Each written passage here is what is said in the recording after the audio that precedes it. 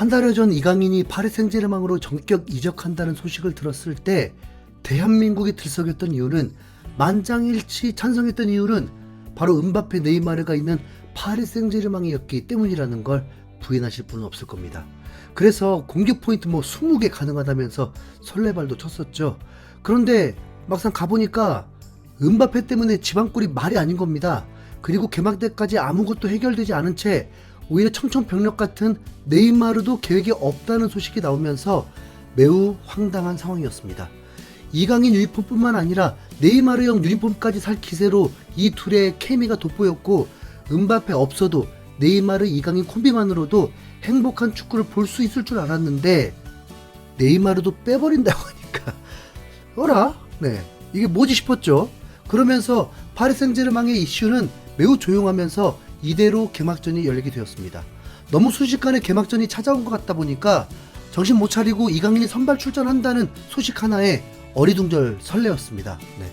슈퍼스타들이 빠진 개막전에 이강인 선발 출전, 우선 햄스트링 부상에서 벗어났기 때문에 경기에 출전한 걸 테니까 다행인 것이고, 이강인이 윙어 포지션을 맡게 되면서 공격수로 출전하는 것이니 공격 포인트를 기대할 수 있었습니다.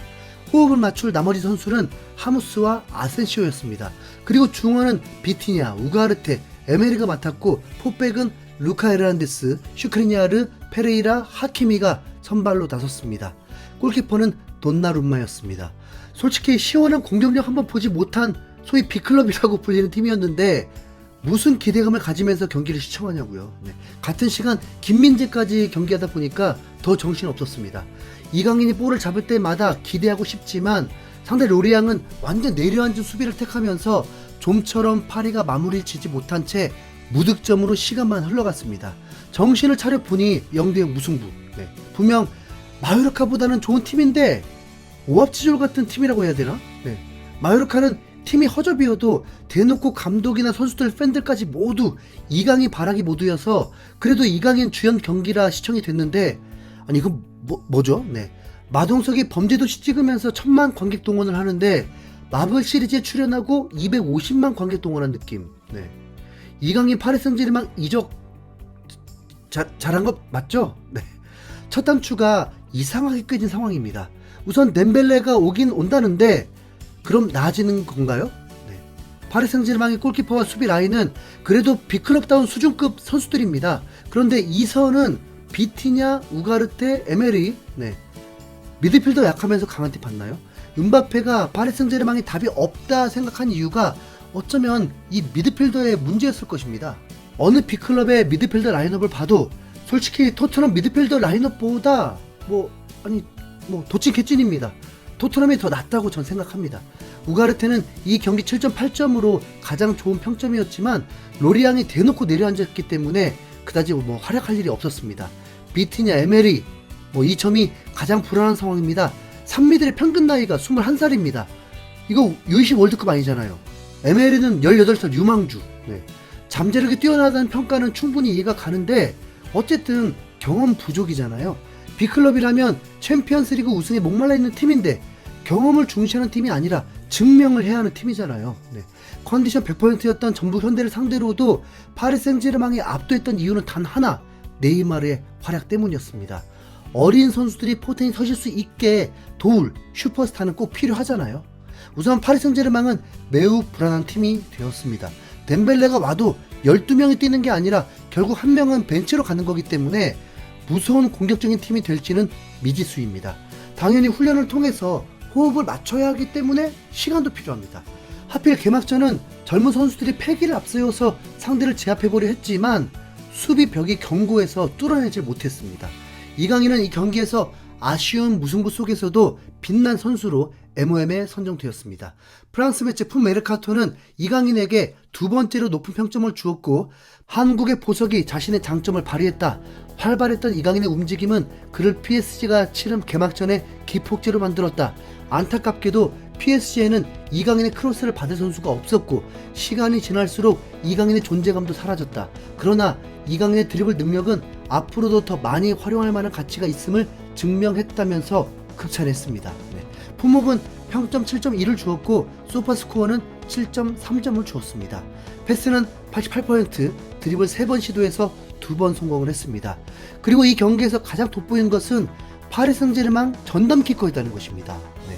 좌우 상관없이 코너킥 7개를 올렸고 프리킥도 이강인 몫이었습니다. 아쉬운 건 직접 프리킥 슈팅 기회가 있었는데 위치적으로 오른발이 유리했기 때문에 하키미가 슈팅을 했습니다. 이강인과 하키미가 오른쪽에서 콤비를 이룬다는 것이 파리에서 가장 기대할 수 있는 부분이었습니다. 실제로 이강인은 라인업에서는 왼쪽 윙어였지만 경기 때는 오른쪽에서 주로 활약했고 전반 중반에 아센시오와 체인지를 하긴 했는데 이때 마치 흐름이 끊기듯 이강인에게 볼이 제대로 가지도 않았고 프랑스의 공격도 더 무뎠습니다. 왼쪽에 마르키뉴스가 빠져서 더 그럴 수도 있지만 엔리케 감독은 마르키뉴스가 체력이 올라오지 않았다고 했는데 설마 음바페, 네이마르, 베라티에 마르키뉴스까지는 아니죠. 이강인은 전반 8분부터 상대 수비 압박을 받는 상황 속에서도 페널티 박스 안으로 패스를 연결했고 이후에 하무스가 감각적인 왼발 슈팅까지 나오면서 날카로움을 보여줬습니다. 전반 12분에도 수비 6명 사이를 가로지르는 킬패스를 선보였고 전반 17분에는 상대 수비를 붕괴한 창의적인 패스로 기회를 만들어주기도 했습니다.